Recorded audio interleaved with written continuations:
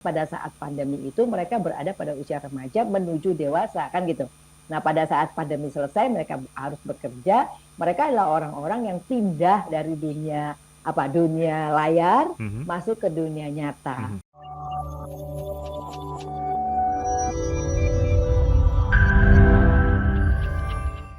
Apakah secara umum Gen Z mengalami ini sih, Bu?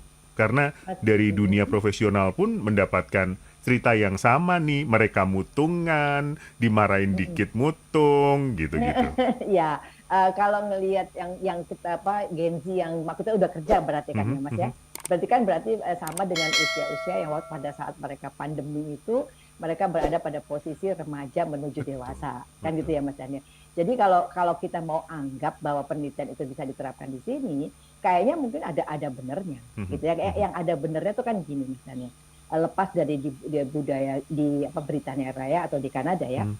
kita semua pada masa pandemi itu kan cenderung tidak berhubungan sama Ya, orang-orang ya, ya. dalam dalam kaitan pekerjaan, dalam Mhm, kaitan kuliah atau apa kehidupan sehari-hari. mhm, Jadi cenderung hanya berkomunikasi pakai teks gitu atau melalui dunia maya kan gitu mhm, Mas. Jadi mhm, otomatis memang keterampilan-keterampilan manusiawi ya yang biasa kita kembangkan dari pergaulan itu kan mandek Mas mhm, Daniel ya. mhm. Nah itu kan, nah kemudian karena kita terbiasa di rumah waktu itu kan dengan apa istilahnya memasuki dunia maya itu kan gampang ya Mas tinggal pakai pakai satu jari apa Mhm, dua jari kita mhm, udah bisa mhm. dapat apa saja, kita bisa scrolling segala yang kita tahu gitu ya. Nah ini kan menimbulkan kecepat puas ya Mas Dani.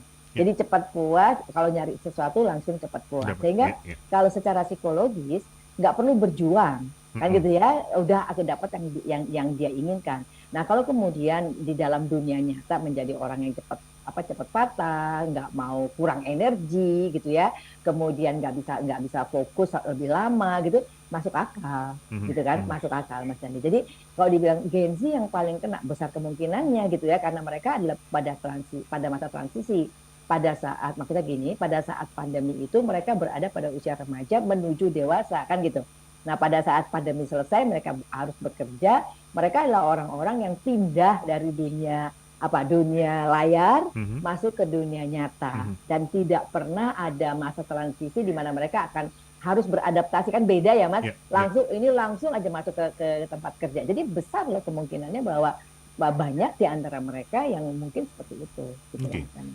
Kenapa ini, dampak ini tidak terlihat pada generasi yang lebih tua, Bu? Apakah sudah lebih resistan atau, Mm -mm. seperti apa? Oke, kalau generasi yang lebih tua, pada saat mereka kena pandemi, mereka kan sudah dalam status pekerja, Mas Dani. Oke. Jadi kalau sudah dalam status pekerja, kan mereka udah punya tim dan kebiasaan mereka melakukan ini dan itu kan udah dikenal sama timnya. Jadi sehingga kalau Mhm, misalnya kemudian ada perubahan, kayaknya semua orang juga berubah kan. Jadi mhm, karena mhm, dari kerjaan mereka sehari-hari harus pindah ke layar kan gitu mhm, ya, harus mhm, pindah ke situasi di mana mereka tidak ke kantor. mhm, Tapi kan udah saling kenal gitu kan ya. Dan kemudian mereka sendiri dalam tanda kutip udah dalam menjadi satu task force ya yang kemudian udah bisa saling ngisi, udah ngerti tata cara kerjanya, udah ngerti aturannya. Nah, pada saat mereka harus beradaptasi, kan beradaptasi bersama-sama, gitu kan? oke. Bukannya kalau saya bisa bilang gini, mungkin bukannya tidak terjadi, tetapi karena itu terjadi pada semua orang, terus mereka beradaptasi bersama-sama, gitu kira-kira Mas Dani. Oke.